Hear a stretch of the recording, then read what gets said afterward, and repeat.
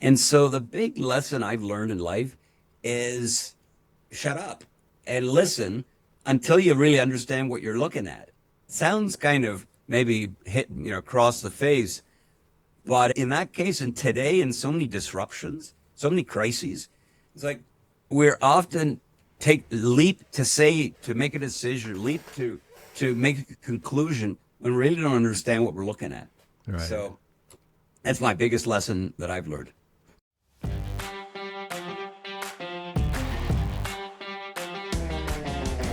Welcome to Behind the Screens, conversations with background screening pros. I'm Les Rosen, your host, and I'm excited to have you here. On this podcast, we chat with the people who know the background screening world inside and out. Executives, industry experts, legal pros, and more. We dive into their personal stories and insights to give you a real look at what's happening behind the scenes. Whether you work in the screening industry or are just curious, Behind the Screens bring you the real, unfiltered conversations from the people who make it all happen. Stick around for stories you won't hear anywhere else.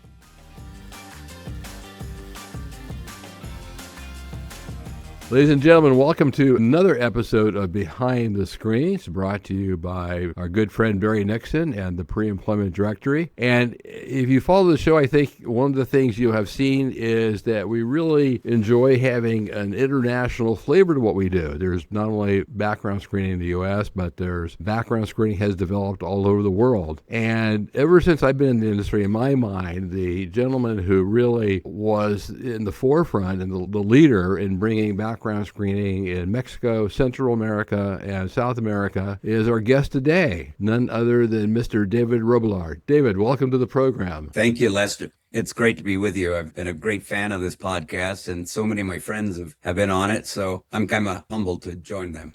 I'm really thankful that you're here, too, because you've contributed so much to the industry, and in my mind, you're an industry legend with what you did with pioneering background screening in Central and South America, so that's what we want to talk about today. But before we get into that, our first question is, where are you talking to us from today?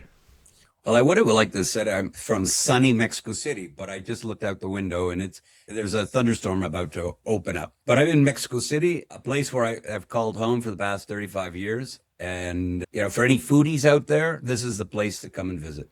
And I think before the air, you're saying you're in the Polanco area, right near the Hyatt Regency and the Intercontinental, that area? Absolutely. And right in the heart of the restaurants and the nightlife. Yeah, the restaurants in Polanco are just incredible. You walk down the street, and one restaurant's more incredible than the other, and there's that mall with every brand in the world. I mean, it's just a beautiful home, and you're not that far in Penn's area. So, wow, that's really great. So, tell us what it is you're doing today. Let's start there. What are you doing today? What do you like about it? What do you find interesting? Well, currently, I divide my time as a board advisor, member of boards of directors of companies in background screening software and compliance technology. But I also am on two other boards related to not-for-profits, a teaching hospital and an incredible educational NGO that works across 6 countries in Latin America and the United States, improving the lives of young people through education and game, something that really I enjoy the work with the companies, but seeing how kids' lives can be changed is really, at this stage of my life, gets me up in the morning. Oh, that's fantastic. So the technology teaching hospital, that Mexico City? Yeah. Okay. That's right. It's a not-for-profit teaching hospital, almost 140-year-old teaching hospital that came together between the British and American communities 100 years ago to serve the different communities, but also to give back. So that's one of the things that on the board level that I get to contribute to. Oh, that's great. And then the educational NGO, non-government organization, I assume. It's called Education for Sharing. Our aim is to help young people become better citizens. And so through fair play, just how to deal with each other without resorting to violence. We're in Argentina, we're in Guatemala, we're in the United States. We were founded here in Mexico 20 years ago, and I've been on their board for the last 11 years. So do they do educational material or modules or in person? How do they do it? We teach teachers how to implement our programs. We have great partners like Lego, like AT&T. There's certain local banks that have us deliver educational programs along the lines of financial skills, along the lines of STEM, getting kids interested in mathematics and science, but they learn through game.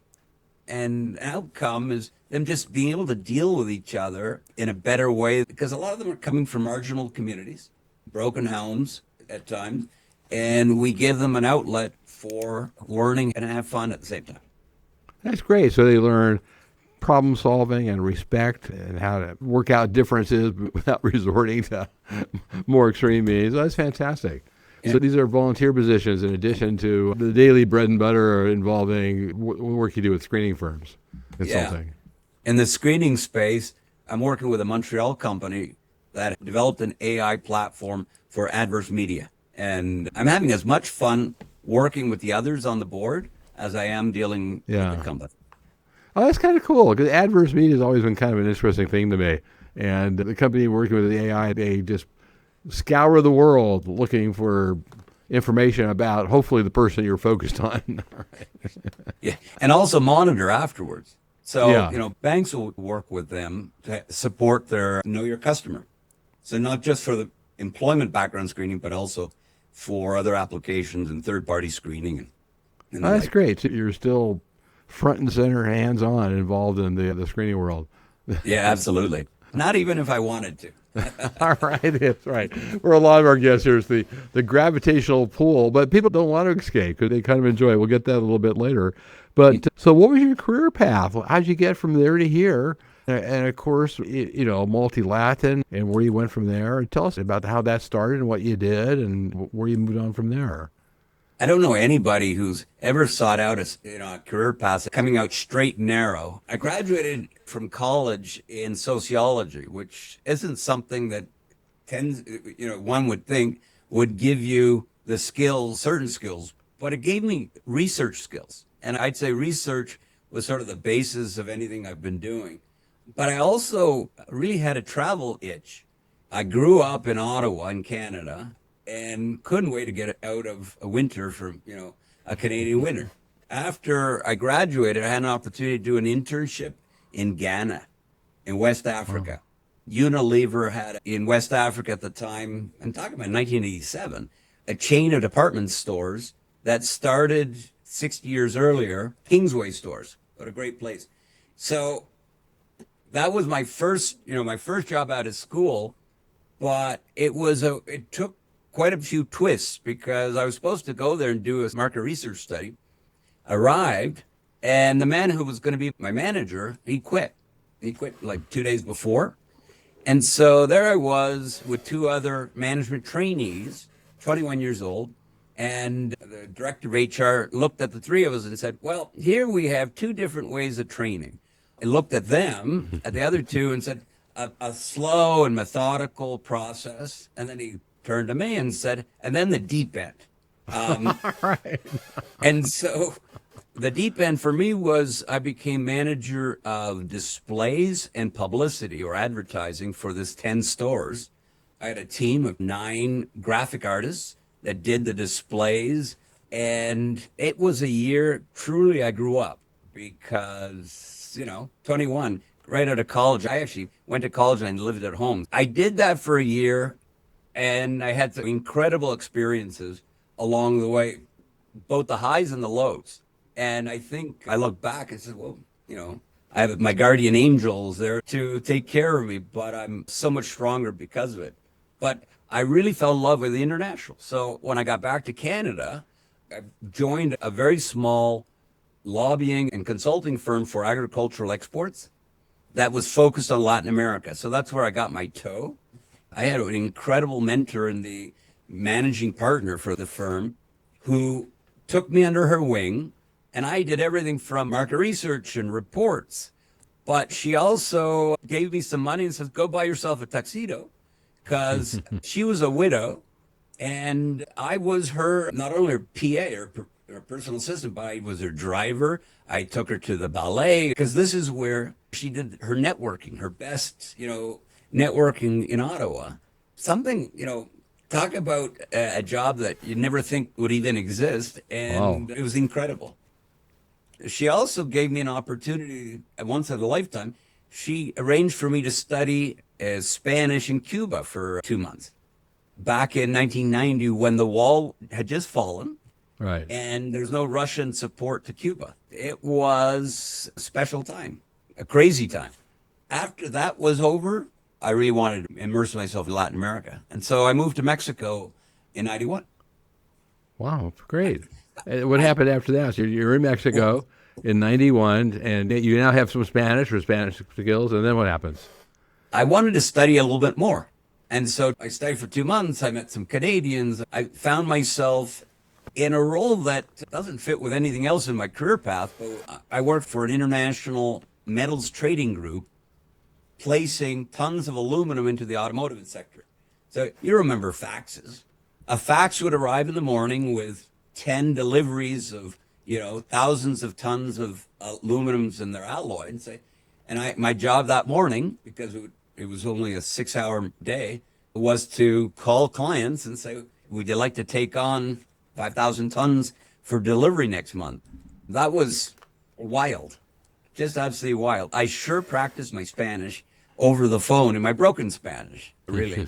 Then I decided to go out on my own, and I hung up a shingle there in Mexico doing market research.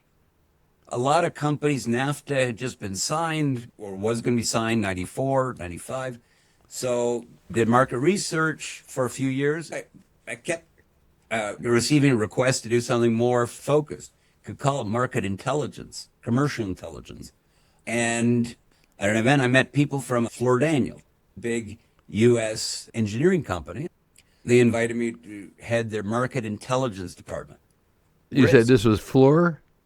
ICA was a Mexican joint venture with Fluor Daniel, doing multi-million-dollar projects of engineering of industrial plants. The thread along the way has just been the research aspects, and eventually research would go into from markets to risks. And a couple of years later, I joined Kroll Associates, a global investigations company. Right. And now in like the year 2000, and there's so much investment coming into Mexico, we specialized in helping those investors and those companies in their due diligence of their partners, of their executives, of their boards, of their supply chain.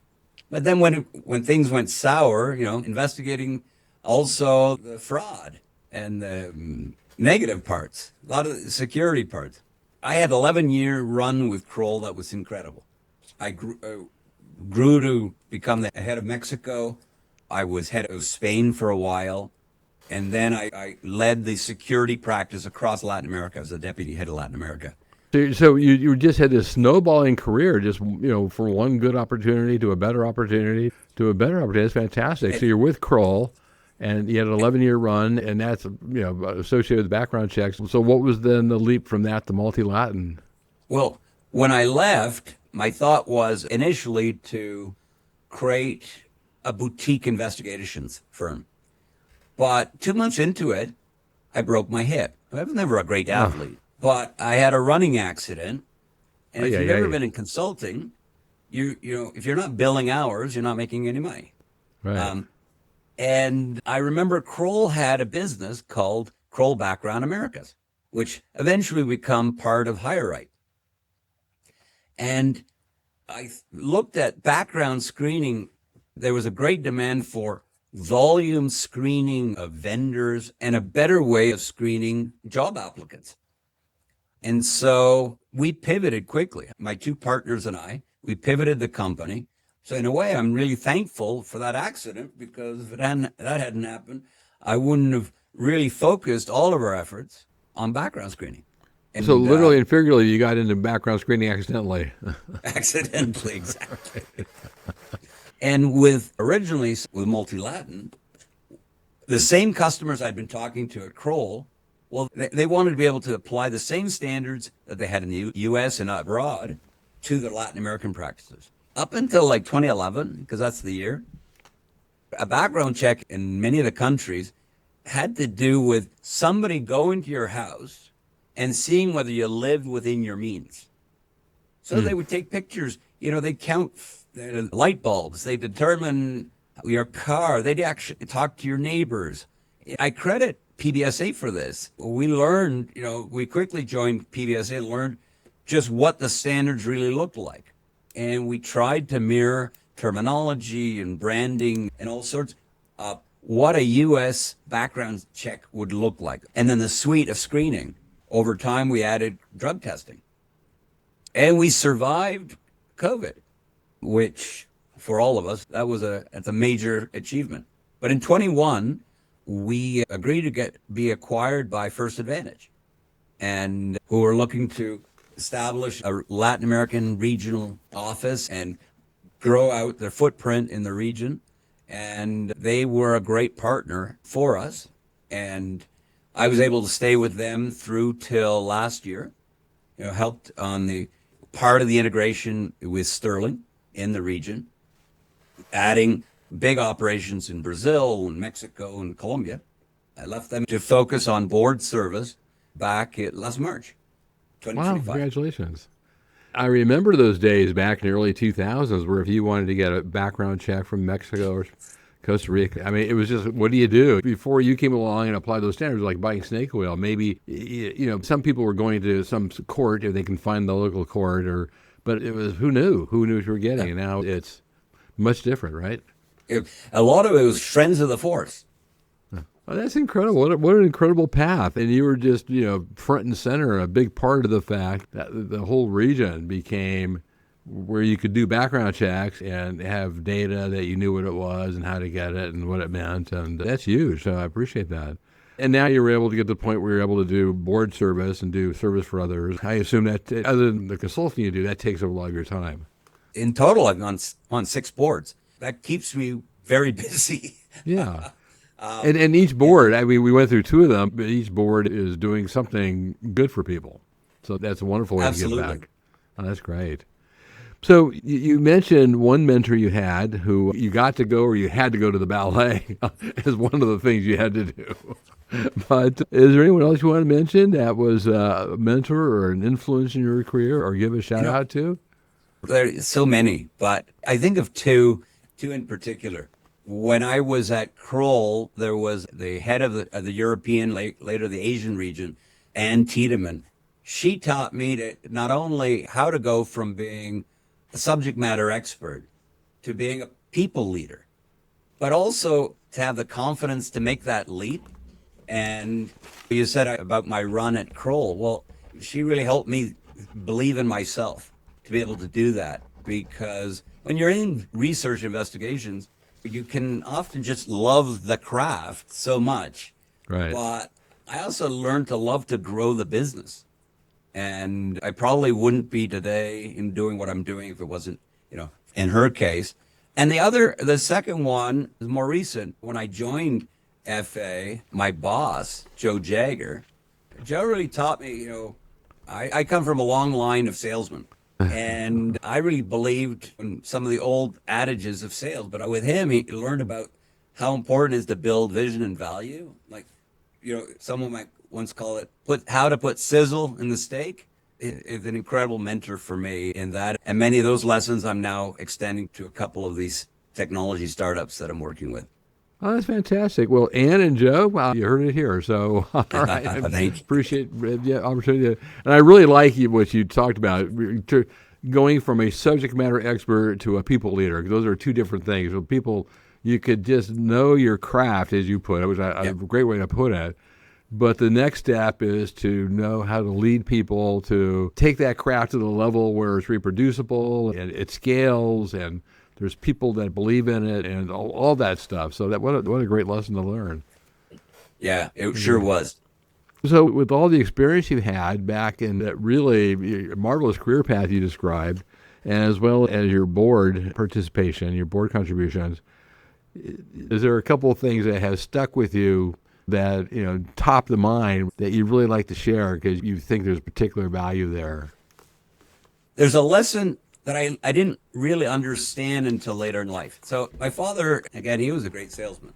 He sold vacuum cleaners door to door to farmers until one day, as he was showing the machine, and the farmer's wife said, "Well, I don't have any electricity." And he had just poured all this dirt on the floor to demonstrate. But he used to say, God gave us 2 ears and 1 mouth, so we have to use them proportionally.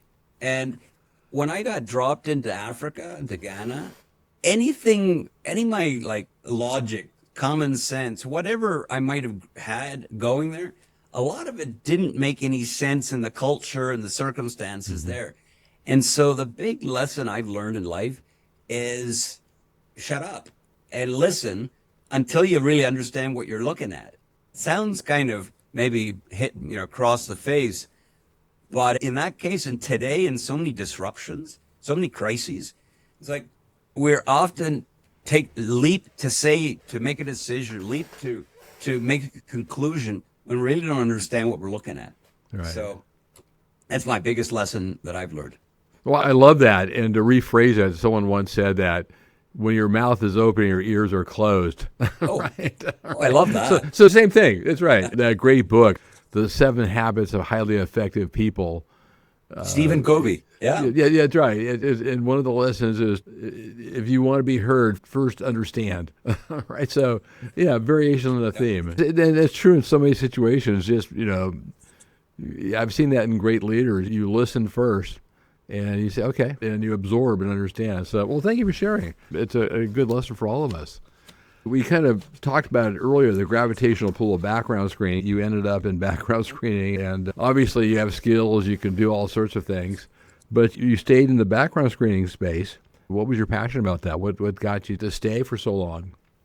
I really believe that. And, it had to do also with my Kroll days. I learned the risks in terms of reputation, safety, and security are always present. Background screening for me is principally working with international clients who need guidance on how to make sure that they're working with, whether it be employees, and they are taking the measures to, prevent those risks. And I really empathize with them.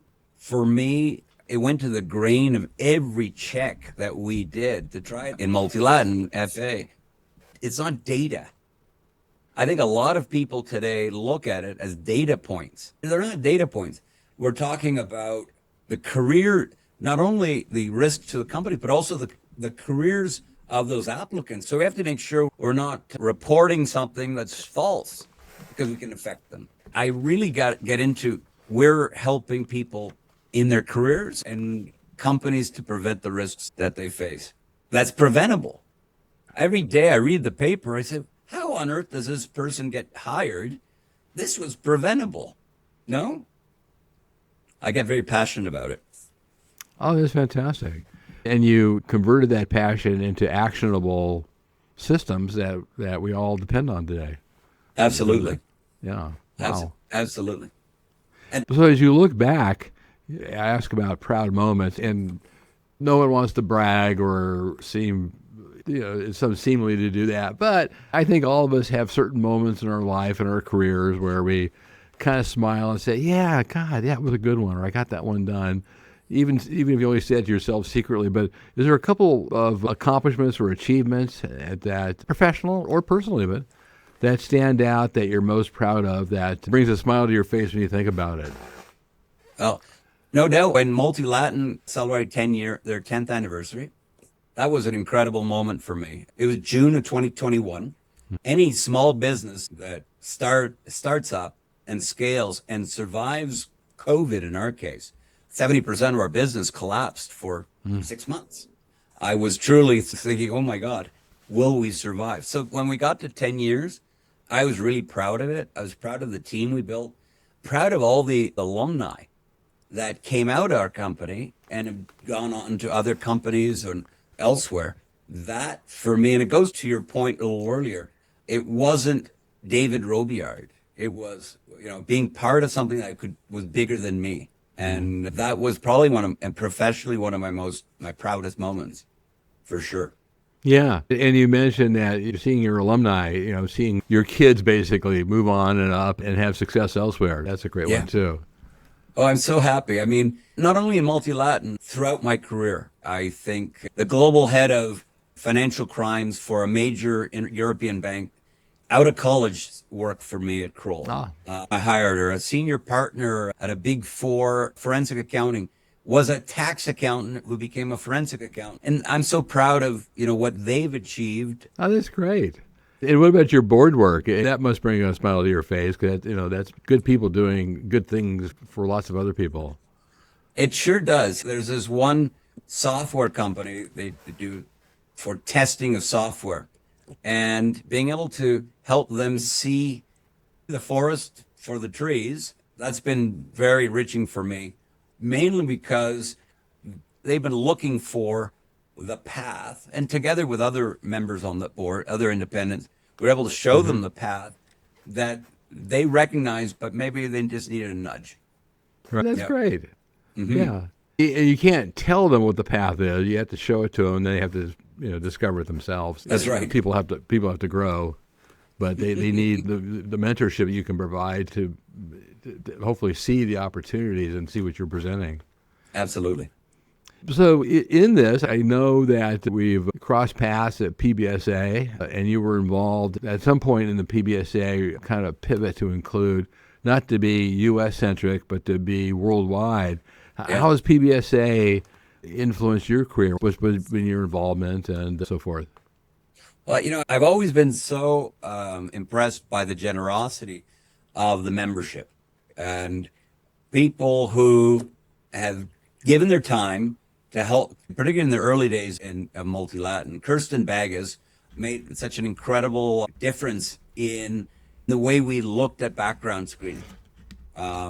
Helped us again with the language, but through her, Michelle LeBlanc, we got involved with the GLC, the Global Learning Center, and I also had the opportunity to speak at, I think it was 3 annual conferences on screening, international screening, and also contribute in the Global Learning Center on conducting criminal searches in Mexico. Oh, that's great. And obviously, Kirsten and Michelle LeBlanc have both been guests on the broadcast. So we're delighted to hear you mention them. Kirsten, Michelle, fellow Canadian. Yeah, she's a co-Canadian. And Kirsten is I think when she was on my show, I made it clear that everything I've ever said or wrote or did about internationals, I cleared it through her first. Now, she was a recipient of the PBSA Lifetime Achievement Award, so fabulous. Is a fabulous resource and the nicest person in the world. And Michelle as well. So anyway, that's 2 great names, 2 great shout-outs, and I hope they hear it. Let's talk about life beyond screening. David, what do you do for fun? What's your interest outside of work? I think maybe you're a foodie because in the Polanco area, you can't help but be one, but all right. What else are you doing these days? There are a couple things I'm doing. One, back in 2018 with some friends, I walked the last 100 miles of the Camino of Santiago in Spain. Oh, great. And so my plan is May of 27 next year to return, but now to the Portuguese route. So, long distance walking, hiking is something that I love to do, and getting in shape to be able to return to Spain, not only because that walk takes you along wonderful cafes and restaurants and the wine, the food. So I need to build up my stamina, not only for the walking, but also for the reading food and and drinking. That's right, because the Camino, you can either go on the top of Spain or you can go up south and north up the Portuguese coast as well. That's and right. End up there. Wow. Oh, Yeah. Good for you. And then earlier this year, I released a podcast that was so much fun to produce. It was only 8 episodes, and it was a short podcast. It's called the Marathon CEO. The premise was for business leaders to face major disruptions, crises, or even opportunities. They have to train. There's no sprint in those moments. They're marathons. And so I invited several guests from different backgrounds, how they prepared for those moments. I'll just mention, a couple of them. One gentleman is a 8th degree Dan in jiu-jitsu, but also has been a leader, a pioneer in the Mexican stock market. And he talked about how he used martial arts. The martial arts prepared him for conflicts in the board.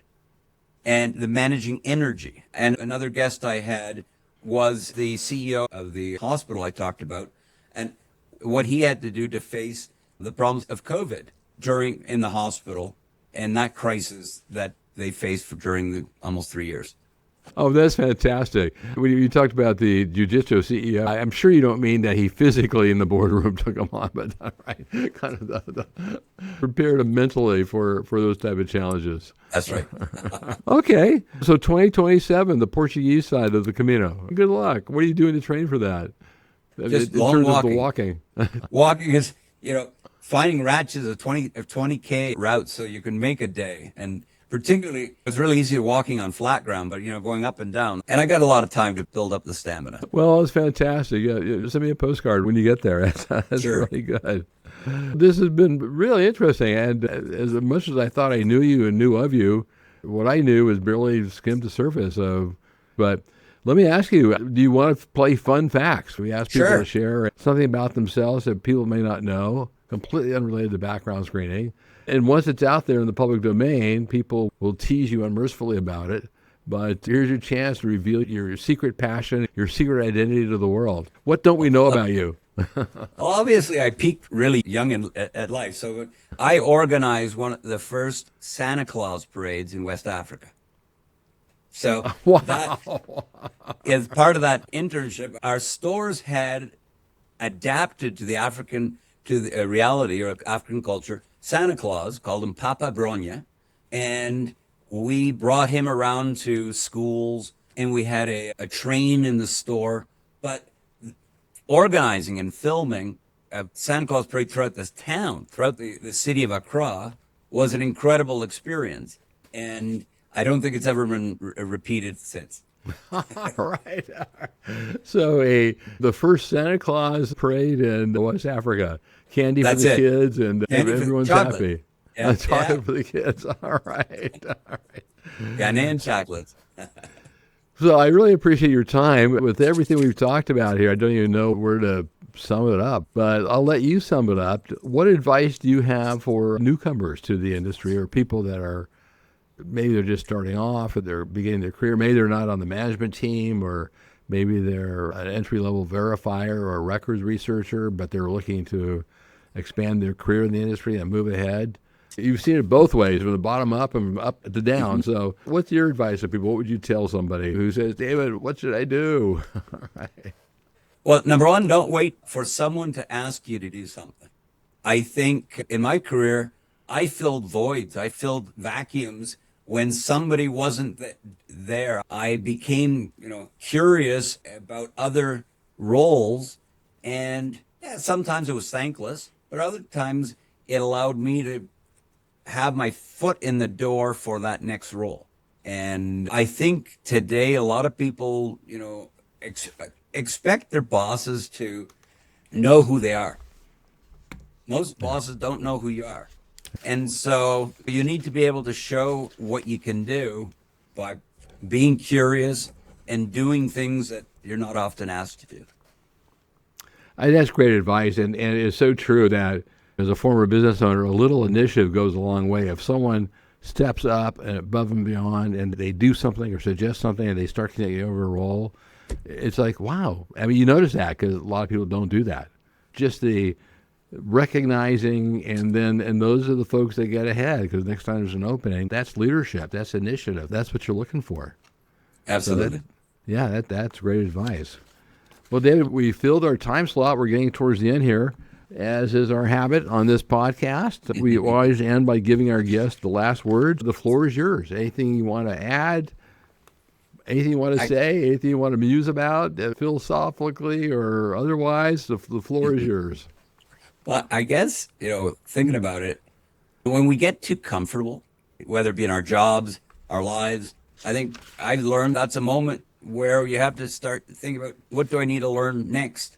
What can I do different? And I think today being comfortable is making us lose our edge. And changing countries, in my case, changing roles, was I reached my point of everything was going fine and say, okay, well, now I guess I got to break it. And maybe you don't have to break it, but the world is changing so fast that everybody needs to be able to think about the next frontier. Otherwise, we'll just atrophy. That's not fun. All right. I appreciate that. Well, the next frontier. And what's the next frontier for you? Well, I'll tell you when I get back from Portugal. All right. Well, David, I really appreciate it. Today's guest, ladies and gentlemen, behind the screen was David Robillard, the brains behind MultiLatin and a number of other things, and a board member extraordinaire, continuing to contribute and do great things. So we really appreciate your time here. And folks, stay tuned as Behind the Screens comes back to you. I think we're now on the 2-week schedule, so we'll be back in 2 weeks. Once again, our thanks to Barry Nixon, the Pre-Employment Directory. This has been Les Rosen with David Robillard, and on behalf of Behind the Screens, thanks for listening, and we'll see you next time.